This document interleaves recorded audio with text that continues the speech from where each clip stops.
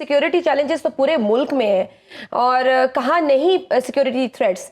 तो आप क्या कहेंगे कि इस पाबंदी के पीछे क्या कोई पॉलिटिकल मोटिव्स हैं? देखिए, मैं सिक्योरिटी का एक्सपर्ट तो नहीं हूँ, लेकिन थोड़ी बहुत समझ तो इंसान को होती है।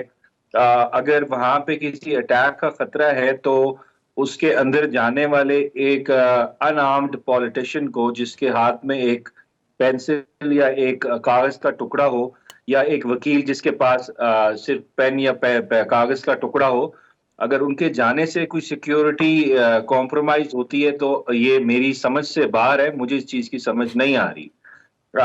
देखें, अगर जेल का मैनुअल देख लें, आप पढ़ लें, या प्रिजन रूल्स पढ़ लें, इवन हाई कोर्ट के ऑर्डर्स भी देख लें, और साथ साथ जो कोर्ट्स जहां पे ट्रायल्स हो रहे हैं उनके ऑर्डर्स में भी इजाजत दी गई है वुकला को मिलने की, और उन वुकला को जो ट्रायल कर रहे हैं वो तो जाते हैं। इसके अलावा पॉलिटिकल डिस्कशन करने के लिए, for running the party affairs, जो पॉलिटिकल एक क्लास है पाकिस्तान तहरीक इंसाफ की, उनको भी परमिशन दी गई है।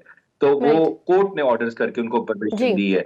लेकिन इट सीम्स लाइक, देखें, अगर बैकग्राउंड जो आपका सवाल था पहला वाला, कि जिस तरह तोशाखाना का ट्रायल हुआ, फिर साइफर का हुआ, फिर इद्दत केस का हुआ, बंद कमरों के पीछे, जिसमें प्रोसीजर की वायलेशन थी, जो बुनियादी हकूक थे उनकी वायलेशन थी, और कन्विक्शन सिक्योर की गई without coverage of the media, proper जो कवरेज होती जिस तरह एक ओपन कोर्ट में होती है। हम्म। ये अगर बैकग्राउंड आप पीछे रखें तो ये जो अब खत आया है सामने, ये मुझे उसी की कड़ी लगती है कि target at the end of the day है, ये है कि जो आवाज है, पैगाम है, जो डिफरेंट मीडियम्स के थ्रू चला जाता है, फैमिली के थ्रू, लॉयर्स के थ्रू, जो पॉलिटिकल क्लास है उसके थ्रू, उसको रोका जाए। मुझे तो इसमें इसके अलावा कोई चीज नजर नहीं आ रही। और एक चीज मैं आपको इसमें साथ ऐड कर दूं, मेरी इंफॉर्मेशन जो है उसके मुताबिक काफी दफा कहा गया कि बनी गाला को सब जेल डिक्लेयर करके आपको वहां भेज देते हैं, लेकिन वो जिद है कि नहीं, मैंने अडयाला में अडियाला में रहना रहना है, ठीक। मुझे वीआईपी ट्रीटमेंट नहीं चाहिए।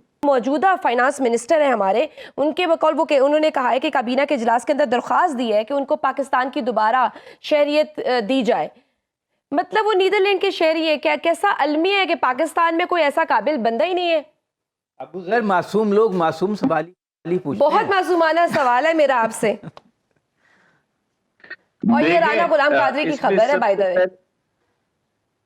अच्छा, देखें, इशू ये है कि अगर आपने मेंबर ऑफ नेशनल असेंबली बनना है, या आपने सेनेट का मेंबर बनना है, तो फिर तो आपकी किसी और मुल्क की शहरियत हो तो आप नहीं बन सकते। लेकिन आपका इस वक्त सवाल थोड़ा सा डिफरेंट है। यहाँ पे डुअल नेशनैलिटी का इशू नहीं है। यहाँ पे ये इशू है कि एक शख्स जिसका जो नेशनैलिटी है या सिटीजनशिप है वो पाकिस्तान की वो है ही पाकिस्तान नहीं, की शहरियत क्या तर्क वो कर बन चुके थे ना, सकता है किसी नीदरलैंड की का? शहरियत थी, तो हल्फ कैसे उठा जी, लिया? जी।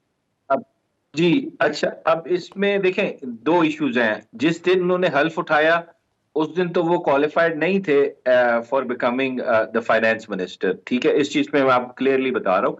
लेकिन अगर इसमें आप थोड़ी सी हमारी सुप्रीम कोर्ट की जजमेंट्स देख लें, अगर उनको मिल गई है तो इसको शायद डिफेंस मिल सकता है इस चीज का कि पोस्ट फैक्टो रेक्टिफिकेशन हो गई है, कि now he is a citizen of Pakistan. जो उन पे एक तलवार लटक रही थी डिस्क्वालिफिकेशन की कि वो सिटीजन नहीं है, लेकिन अब वो बन चुके हैं सिटीजन। तो मेरे ख्याल से अगर आप इसको कहें कि गैर कानूनी या गैर आईनी, उस वक्त तो था जब अपॉइंट हुए हैं। अब वो इस वक्त है कि नहीं है, ये एक सवाल है। अगर कोई कोर्ट में जाता है, चैलेंज करता है, तो उसके पास डिफेंस होगा फाइनेंस मिनिस्टर साहब के पास, कि अब इस वक्त मैं पाकिस्तान का सिटीजन हूं। जो अगर डिस्क्वालिफिकेशन थी वो खत्म हो चुकी है। मतलब ये ग्रे एरिया है थोड़ा सा, अगर कोई कोर्ट में जाता है तो तब देखा जाएगा।